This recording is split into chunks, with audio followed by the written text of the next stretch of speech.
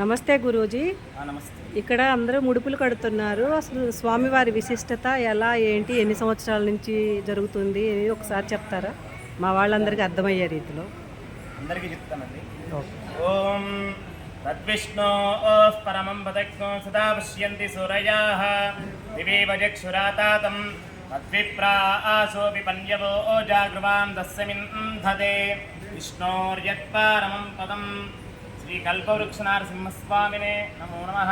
అందరికీ నమస్కారం అండి. స్వామివారు 750 సంవత్సరాల క్రితం సాక్షాత్ రంగాచార్యుల వారికి నరసింహస్వామి వారు ఇచ్చారండి. పైన కల్పవృక్ష నరసింహస్వామి వారు ఎవరికైనా పెళ్లి కాని వాళ్ళైనా, సంతానం లేని వాళ్ళైనా, ఏమైనా ఇంట్లో సమస్యలు ఉన్నా నెరవేరుతాయండి. ఈ ముడుపులు కడుతున్నారు కదా, ముడుపులు అంటే మొక్కులు తీరిన తర్వాత మళ్ళీ రావాలా, లేకపోతే ఎలాగా ఏంటి అని? నెరవేరితే ఖచ్చితంగా రావాలని లేదండి, నెరవేరితే రావాలండి. నమస్కారం నెరవేరిన తర్వాత ఇప్పుడు ఏదైనా మొక్కు నెరవేరిన తర్వాత నమస్కారం చేసుకుంటాం కదండి, ఖచ్చితంగా రావాలి. అట్లానే సంతానం వాళ్ళు ఖచ్చితంగా అమావాస్య రోజు ప్రసాదం ఇస్తారు. అమావాస్య రోజు ప్రసాదం ఇస్తారు మంత్రంతో.